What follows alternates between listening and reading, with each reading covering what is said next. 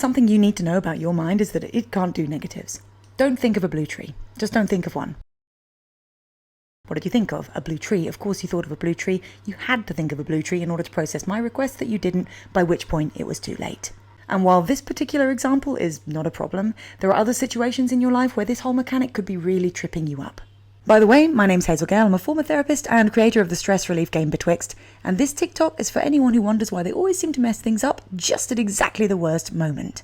So the unconscious mind cannot process negatives, and the other thing about the unconscious mind is that it is extremely suggestible. Regardless of whether you're the type of person who would cluck like a chicken for a hypnotist, your unconscious mind is constantly taking in information of all different kinds and using it to decide on the actions you take, the way you feel, the things you say, etc.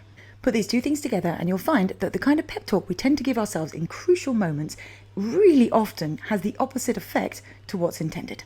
Think telling yourself something like, okay, don't mess this up, or tonight, do not eat all the cheese in the fridge.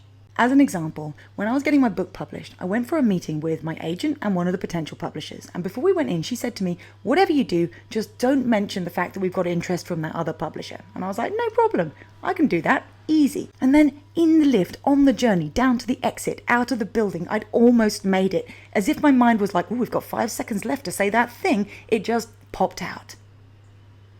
I swear my agent almost killed me.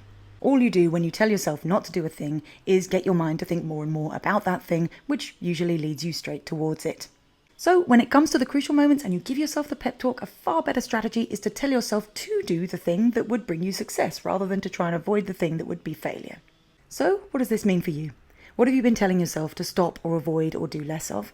And what would be a better suggestion? Let me know in the comments.